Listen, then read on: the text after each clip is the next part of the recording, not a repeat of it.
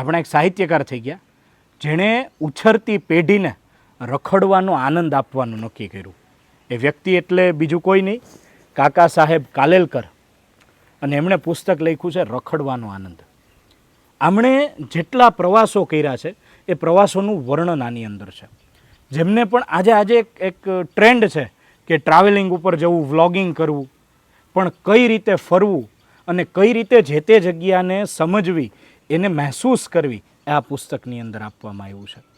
આ પુસ્તકની બીજી મજા એ છે કે આની અંદર અગત્યના જે શબ્દો છે ને એની નીચે લાઈન કરેલી છે અને પાછળ ટિપ્પણીની અંદર એના વિશે વિશેષ માહિતી આપવામાં આવી છે. શ્લોકો, કવિતાઓ, એ જગ્યાના જે અર્થો થતા હોય એ બધું જ આ પુસ્તકની અંદર છે. એ દરેક વ્યક્તિ આ પુસ્તક વાંચવું જોઈએ, જેને રખડવું ગમે છે, જેને ભટકવું ગમે છે, વેગાબોન્ડ જેના માટે શબ્દ વપરાય છે, એવા માણસો માટેનું આ પુસ્તક છે રખડવાનો આનંદ.